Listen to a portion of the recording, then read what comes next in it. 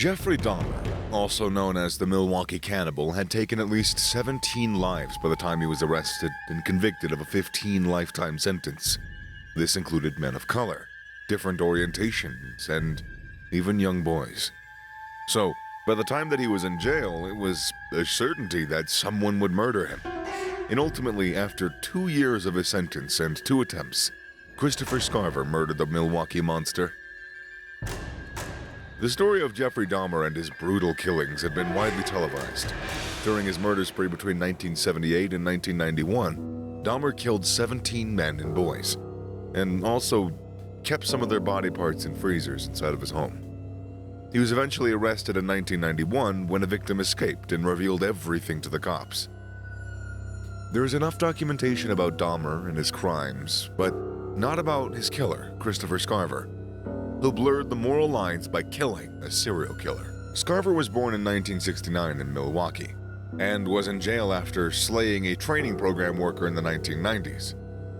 The killer of Jeffrey Dahmer was hired as a trainee at the Wisconsin Conservation Corps job program in his early years.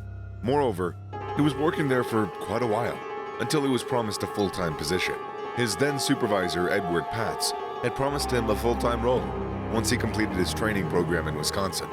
However, the events did not turn out as expected. His supervisor was dismissed, and thus Scarver was never promoted to a full-time position.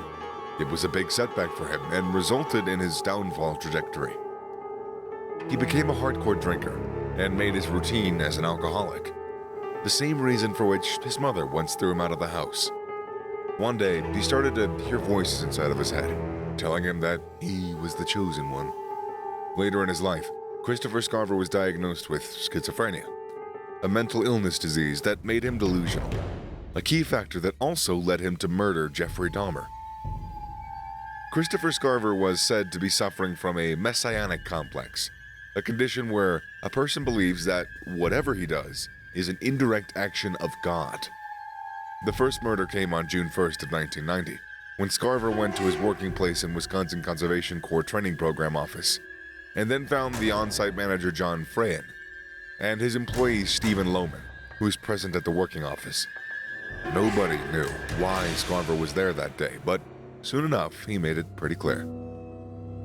Scarver forced Lohman at the gunpoint and demanded money from Freyen. He started giving them threats and was in no mood for a joke, which is why when he only received $15 from him, he was enraged and he straight away shot Lohman in the head. He was not done there, and he shot Lohman twice after he was dead. Later, the authorities revealed that Scarver said, "Now do you think I'm kidding? I need more money." Freyen immediately wrote him a check for $3,000 and thought he could save his life. But then Scarver fired a shot and missed him, which gave him the chance to save his life by running outside towards the car. Eventually, Freyen managed to escape. For his horrific crime, Scarver was sentenced to a lifetime in prison and ultimately sent to Columbia, in a correctional facility situated at Portage, Wisconsin in the year 1992. After 2 years, he was in the same prison as Dahmer, right where he would end the story of the Milwaukee Monster. The day arrived in the year 1994. He was left unattended with other inmates to clean the gymnasium. This included Jesse Anderson, serving time for the murder of his wife, and cannibalistic serial killer Jeffrey Dahmer. When the correctional officers left the 3 inmates without any supervision, Scarver delivered the final blow. Some while ago, he removed a 20-inch dumbbell from a piece of exercise equipment situated in the prison weight room. He used this dumbbell as the instrument for delivering the final blow. Christopher Scarver batted both men and left them there. He even went to the prison guard after reaching his cell and finally informed them that he'd killed both of them. Notably, he told the guard, "God told me to do it. Jesse Anderson and Jeffrey Dahmer are dead." Both Jeffrey Dahmer and Anderson were left extremely wounded by the beatings. The serial killer of Milwaukee was declared dead within an hour of arriving to the hospital, while Anderson died within 2 days, where the doctors removed him from life support, thereby making it a case of double slaying for Christopher Scarver. Scarver was given 2 more life sentences for the double murder of Jeffrey Dahmer and Anderson. Finally, he put an end to the story of the Milwaukee Cannibal, and also got the fitting sentence. Meanwhile, it's also believed that Christopher Scarver murdered Jeffrey Dahmer and Anderson, who were both white males, because Dahmer predominantly murdered black males. Secondly, Anderson had stabbed his wife to death, and also attempted to frame 2 black males as the main perpetrators of the attack. However, he was ultimately caught. Christopher received all of the information about their crime through the news.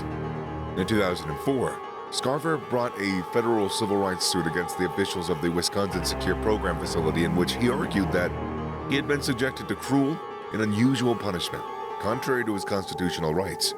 However, the case was not ruled out in his favor. Scarver stated that he spent 16 years in solitary confinement as a result of the Dahmer killing. A district court judge dismissed the suit against several of the defendants and ruled the actions of the remaining officials couldn't be considered unlawful. Scarver unsuccessfully appealed the decision in 2006. Later, federal district court judge Barbara Crabb ordered that Scarver and about 36 other seriously mentally ill inmates be relocated from the Wisconsin facility. Christopher Scarver was sent to a correctional facility in Colorado. In the year 2012, Scarver announced to an agent who was representing him that he was willing to write a tell-all book about killing Jeffrey Dahmer.